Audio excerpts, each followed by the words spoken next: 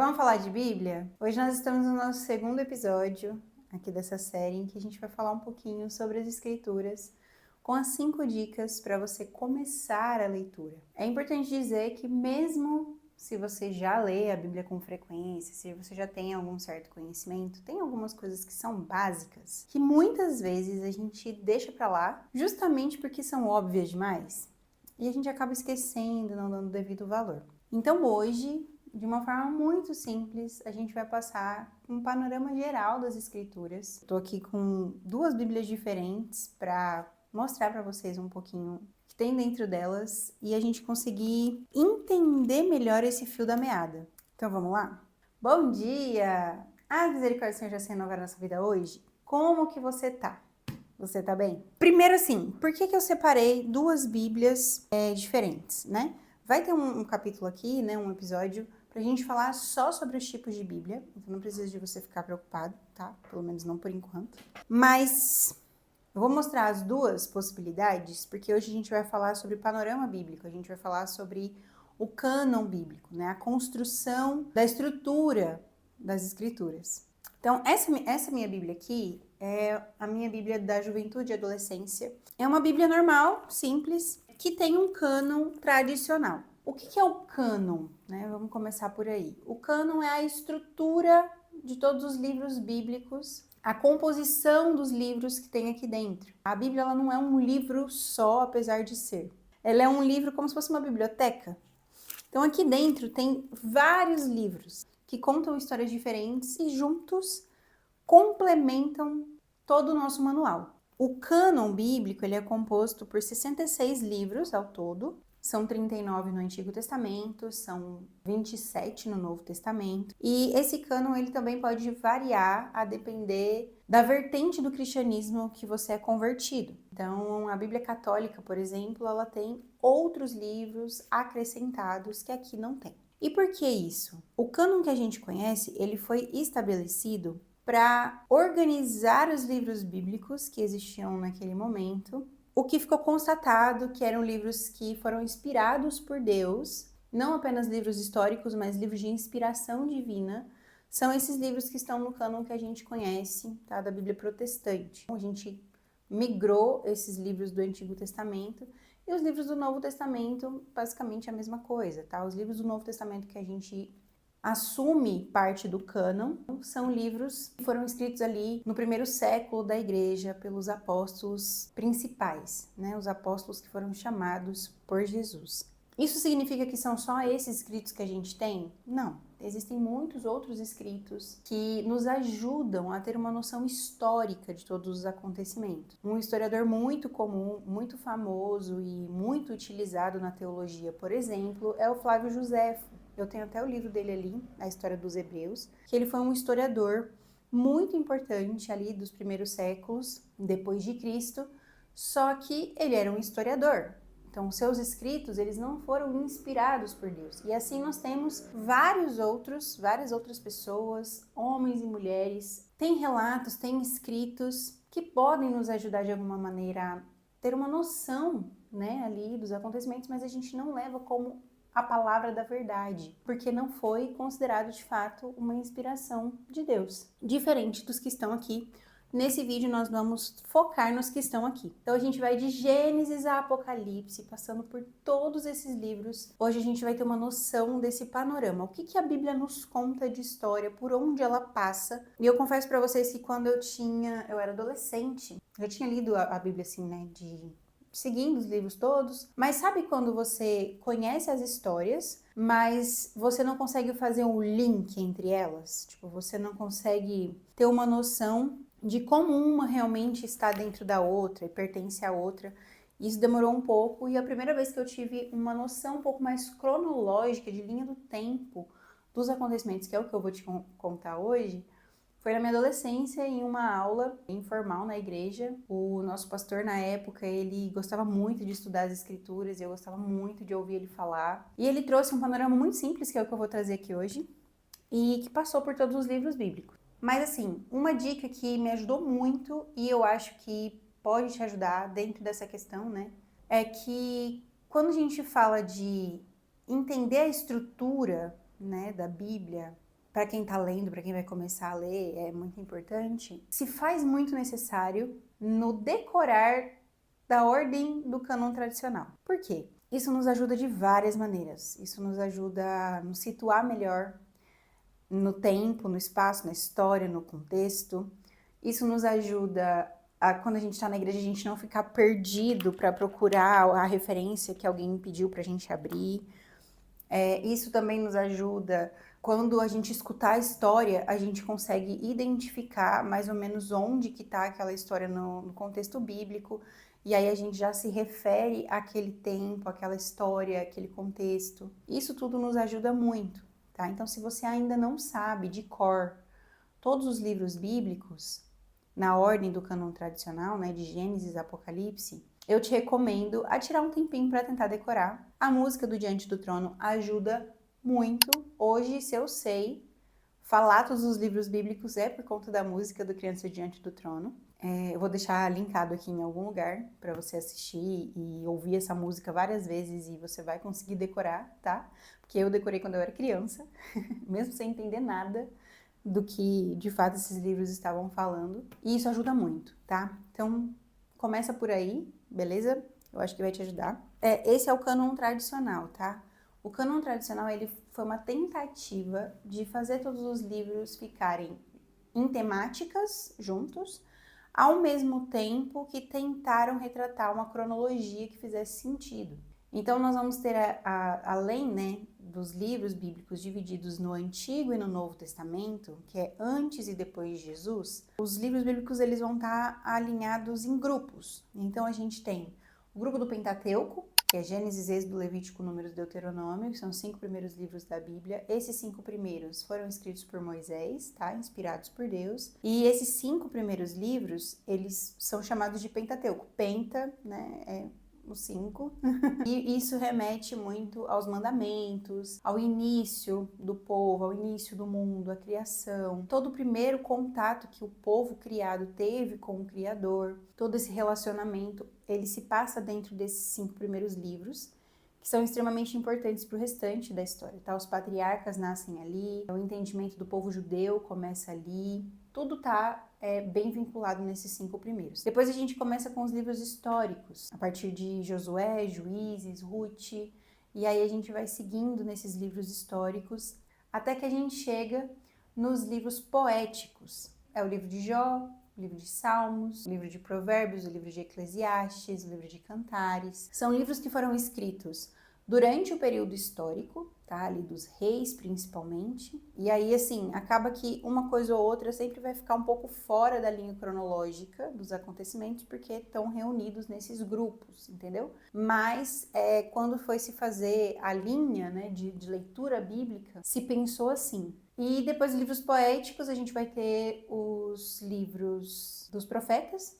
A grande maioria dos profetas também ministraram na vida dos reis durante o período histórico. Então isso também é legal a gente mencionar, porque não foi depois que escreveram os poéticos que chegaram os profetas, tá?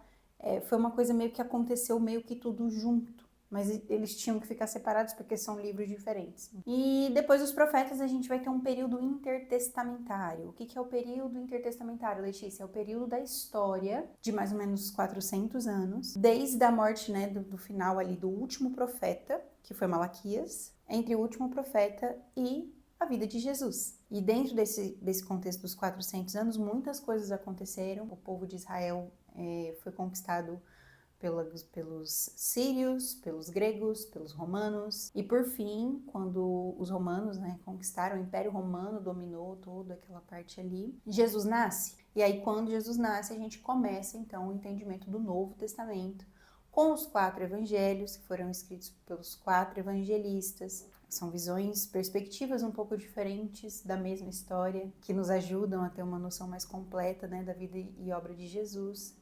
Depois a gente vai ter Atos dos Apóstolos, que vai contar a vida dos apóstolos depois que Jesus ressurge e volta aos céus, como que foi a vida da primeira igreja, né?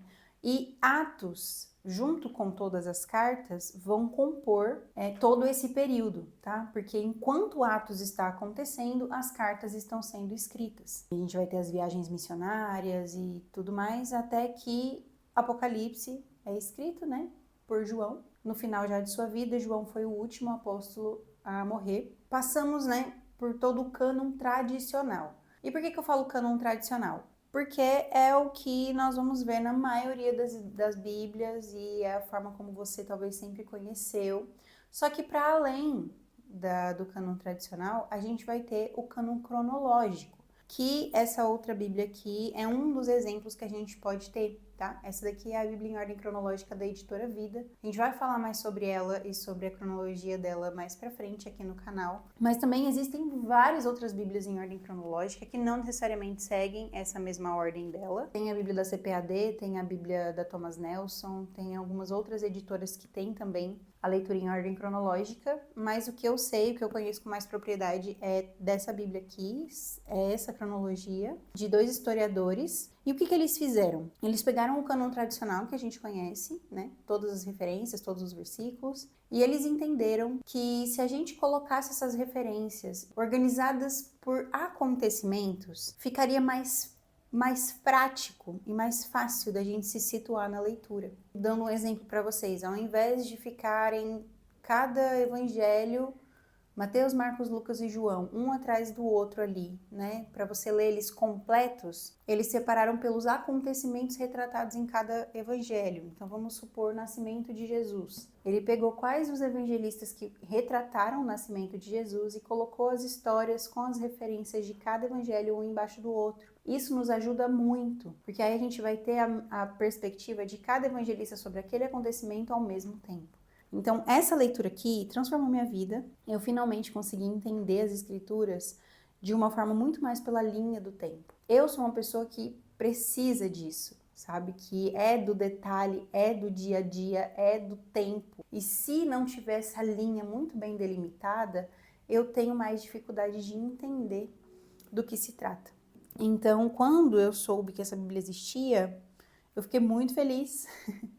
E nunca mais larguei, tá? Hoje, como eu já tenho uma noção bem formada, né? Já fazem, acho que mais de 10 anos que eu uso essa Bíblia, eu consigo levar ela para todo lugar, é a Bíblia que eu uso para fazer as minhas leituras, eu consigo levá-la para a igreja, eu consigo abrir a referência que me pedem, independente, né, de qualquer coisa, é um pouco mais difícil, mas como eu já tenho a prática, né, eu consigo. E é uma opção muito legal para você que já tem uma noção do cânon tradicional, que já fez a leitura da Bíblia pelo cânon tradicional, que já conhece um pouco mais das histórias, porque quando você vem para cá, tudo que você leu no tradicional vai fazer muito mais sentido, as peças do quebra-cabeça que estavam soltas, elas vão se conectar. E se você nunca leu no cânon tradicional, eu também recomendo que você leia em ordem cronológica, tá? Mas não deixe de ter o conhecimento do cânon tradicional, de conhecer os livros na ordem em que eles estão distribuídos aqui, porque isso também vai te ajudar. Não é todo mundo que vai pregar com a Bíblia em ordem cronológica que vai falar sobre isso. Então é legal você ter uma outra noção, tá? A noção tradicional de como as coisas funcionam.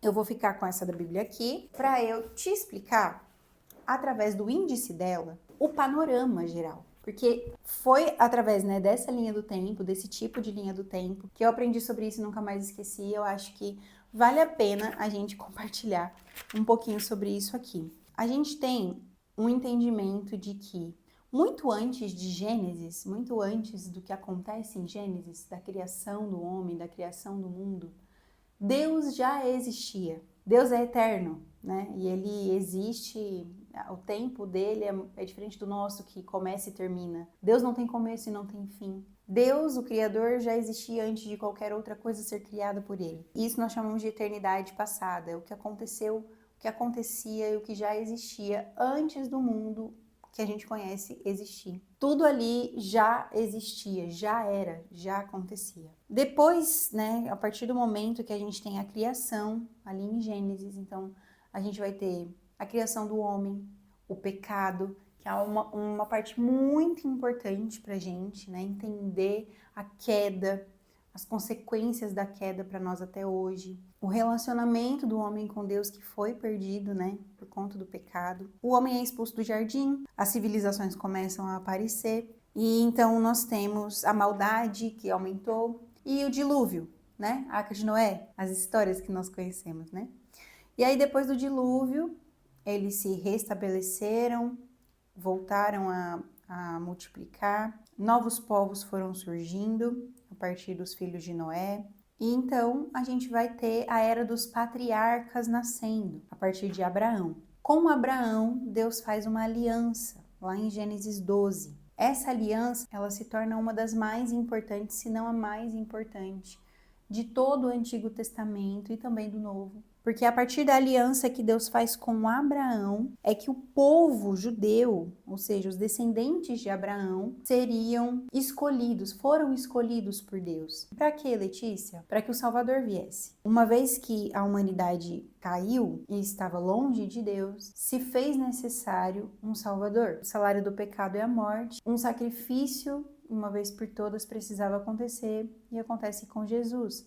E Jesus era judeu, ele veio dessa linhagem de Abraão, que foi com quem Deus fez uma aliança.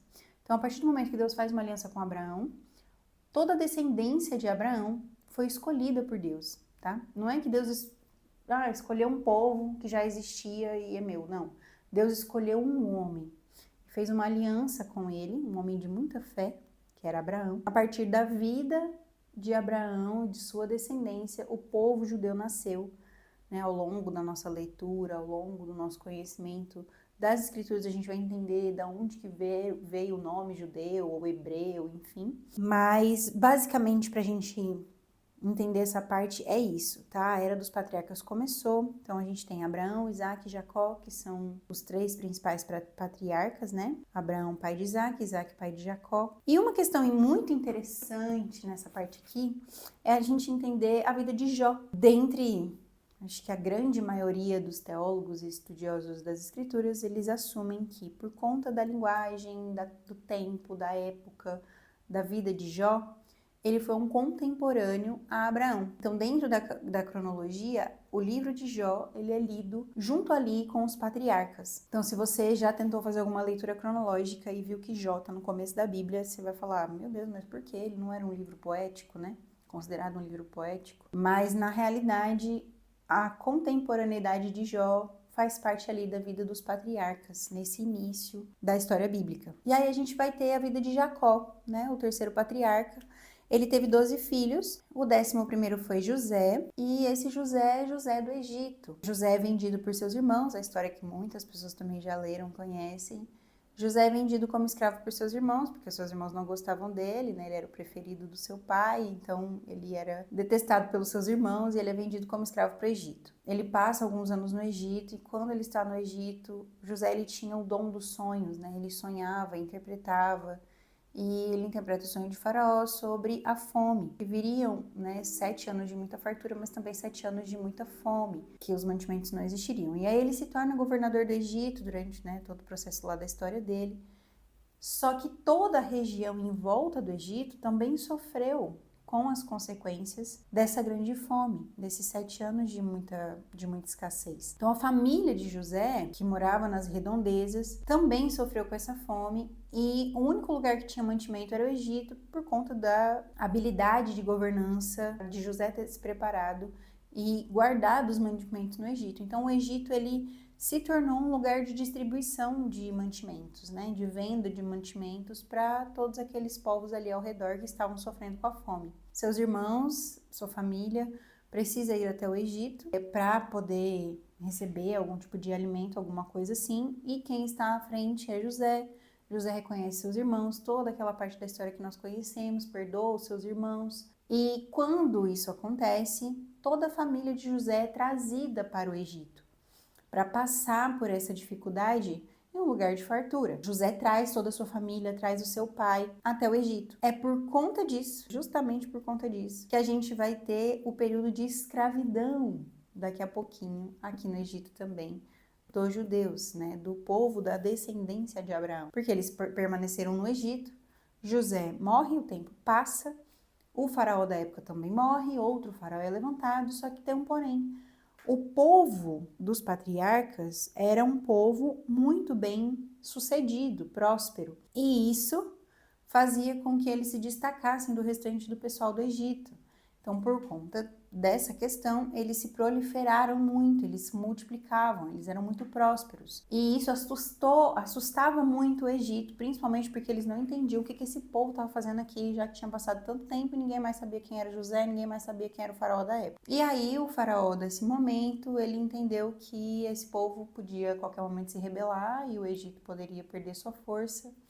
E o que eles decidem? Escravizar o povo que estava ali vivendo no Egito. E todo esse povo então agora passa a ser escravo e passam muitos anos ali na escravidão, até que se levanta Moisés, Deus levanta Moisés como libertador, que é toda a história também de Moisés que nós conhecemos. E Moisés liberta o povo. Dentro desse processo da libertação a gente vai ter as 10 pragas do Egito, que também é uma história muito conhecida. Moisés foi o bebê do rio Nilo, né, que estava no cestinho e tal, não sei o quê. Que também são histórias que a gente conhece muito, mas que muitas vezes a gente não consegue entender o link desse fio da meada, sabe?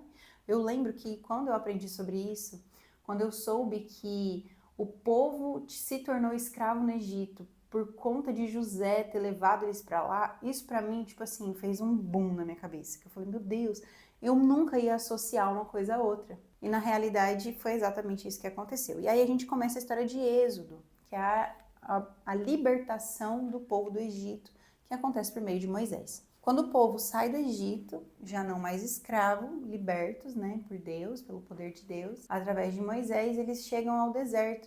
E agora eles precisam cruzar o deserto para voltar à terra prometida, né, a terra que Deus prometeu a Abraão e sua descendência. E para isso eles precisavam passar pelo deserto. Eles cruzam o Mar Vermelho, né, naquele momento que todo mundo também já ouviu falar, que já conhece, que o mar se abriu para que o povo pudesse passar. E durante o período que eles estavam no deserto, Deus se fez muito presente, para que aquele povo que há tanto tempo estava escravo pudesse conhecer o Deus Todo-Poderoso que tinha feito uma aliança com eles. Nesse momento, os 10 mandamentos acontecem para que o povo agora começasse a obedecer a Deus, a entender as leis de Deus.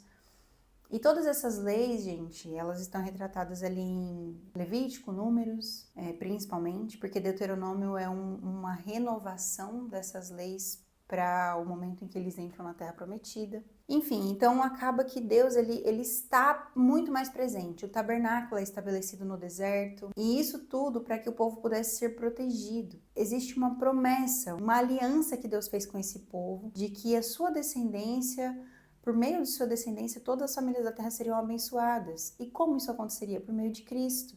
Então esse povo precisava ser mantido, esse povo precisava ser cuidado, protegido, precisava ter um relacionamento, conhecer a Deus. Então Deus está e se faz presente em todo o tempo com essas pessoas, desde o momento em que eles saem lá do Egito, para que eles possam conhecer a esse Deus Todo-Poderoso e Salvador. Então a gente vai ter todo esse período final ali do Pentateuco dentro do deserto, porque eles aconteceram várias coisas, ao invés de ficarem pouco tempo no deserto, eles ficaram muitos anos no deserto, até o momento em que Deus levanta Josué para conquistar a Terra Prometida e levar o povo de fato até lá. E quando a gente começa a história de Josué, a gente já começa os livros históricos da conquista da terra, da reconquista, porque aquela terra estava sem ninguém, então muitos povos já tinham tomado, então eles precisaram agora retomar essa terra que foi prometida e dada por Deus. Depois que eles fazem tudo isso, essas terras elas são redivididas, né, para todas as 12 tribos. As 12 tribos vieram lá dos 12 filhos de Jacó. Quando eles entram na terra prometida e tudo mais, Deus instituiu juízes, que eram homens e mulheres, que no decorrer ali desse momento de conquista, dos primeiros anos na terra, precisavam estar à frente do povo como líderes, julgando as questões da comunidade, indo à frente de guerras e intercedendo pelo povo. Até que em determinado momento o povo de Israel começa a pedir por um rei. E depois de muita insistência, Deus disponibiliza um rei. E o primeiro rei foi o rei Saul. E aí a gente começa então um entendimento ali dos reis, o período dos reis, né? E juntamente com o período dos reis, nós vamos ter agora o período dos profetas, que eram homens de Deus, que sempre estavam envolvidos ali com a questão sacerdotal, com a questão do tabernáculo, com a questão de se viver integralmente para Deus, nesse relacionamento de busca, de entendimento de quais são os planos de Deus para o povo, e isso fazia com que eles tivessem uma voz de autoridade, uma voz de poder para declarar, para profetizar e para conduzir os reis e também a todo o povo. Eram mensageiros, né? A voz de Deus na terra nesse momento vinha dos profetas. Então a gente teve o rei Saul, depois a gente teve o rei Davi, que eu acho que de todos os reis foi o rei principal, né, em relação ao coração dele estar voltado ao Senhor, em relação à busca intensa e à adoração de Davi, ao entendimento, à obediência dele, ao arrependimento. Foi um rei que teve muitos erros, mas teve também muitos acertos e se tornou um modelo de um bom rei, uma boa governança para todos os próximos reis que vieram. E até hoje, o povo, as pessoas de Israel aclamam Davi com muita força, justamente pelo seu legado. Depois que Davi morre, quem assume o trono é Salomão. Depois de Salomão, Roboão, que foi seu filho. Só que a partir do momento que Roboão assume o trono, tudo estava muito instável nesse reinado. Acontece uma conspiração e Jeroboão I, ele divide o reino. Agora a gente tem a grande maioria das tribos de um lado e Judá e Benjamim de outro. Judá e Benjamim se tornam o povo de Judá e o restante das tribos se tornam o povo de Israel. E aí nós temos o momento do reino dividido. Dentro desse reino dividido a gente vai ter reis de um lado, reis do outro. Alguns muito bons, alguns muito ruins, a maioria muito ruim. E muitos acontecimentos nesse meio desse período, vários profetas ali também. E o que vai contar pra gente essas histórias é o livro de Reis e o livro de Crônicas também, juntamente com os livros dos profetas que vão estar contemporâneos a cada reinado ali. Depois que a gente tem o reino dividido, o reino de Israel cai, ele é conquistado. E quando ele é conquistado, logo depois o reino de Judá também é. Nisso a gente tem um processo de declínio e de exílio, de cativeiro, né? O período do cativeiro, que começa na Babilônia, mas passa por outros povos também, por outras conquistas, até o momento que a gente tem o período da restauração. É o período em que Esther aparece, né? O livro de Esther é um livro que retrata esse momento inicial ali da restauração de Israel, quando Israel vai começar agora a voltar a ser um reino independente, a ter o seu templo de volta, os seus ritos, os seus costumes, as suas doutrinas, a sua lei de volta, porque todo o período do cativeiro eles tiveram que se adaptar na adoração, os sacrifícios não conseguiam mais ser feitos, a arca já tinha sido capturada, então eles não tinham mais onde adorar, então eles precisaram se adaptar, é onde nascem, por exemplo, as sinagogas, e tudo isso, toda essa alteração mudou muito o formato de culto do judeu, que até hoje, né, segue muito dessa prática, muito dessas doutrinas, justamente porque eles já não tinham como seguir exatamente a lei, eles precisaram se adaptar. Nesse período também da Babilônia, a gente vai ter a história de Daniel, né, o livro de Daniel, contando ali sobre o exílio, sobre os prisioneiros, sobre os jovens que tinham sido presos, que estavam no palácio, né? A integridade, a vida de Daniel também acontece nesse período. E depois a gente vai ter a vida também de Neemias. É um dos livros que retrata a reconstrução de Jerusalém. Logo depois também nesse período da reconstrução. E já no finalzinho desse período da reconstrução, a gente vai ter o final da era ali do Antigo Testamento, fechando com o último profeta que foi Malaquias. E depois dele, a gente vai ter um período de 400 anos, que foi o período intertestamentário, onde a gente vai ter a conquista da Pérsia pela Grécia, com a potência mundial sendo a Grécia, e depois disso a gente vai ter o Império Romano. E durante o período do Império Romano, a gente vai ter o nascimento de Jesus. Dentro do nascimento de Jesus, a gente vai ter toda a história ali dos evangelhos, Atos, as cartas, Apocalipse, e encerrando então todo o nosso contexto bíblico. A ideia desse vídeo é, de fato, só te proporcionar um panorama bem geral, bem superficial, de toda essa linha que costura as histórias bíblicas. Porque quando a gente fala de Bíblia, às vezes isso aqui parece ser um bicho de 7 cabeças para muitas pessoas, né? Esses livros soltos, como eles se relacionam. Eu sei que tem muita gente que tem essa dificuldade de entender por que essas histórias estão aqui, né? E quando a gente faz essa linha, a gente consegue entender que cada um está complementando, está fazendo parte. Não é uma história solta, entende?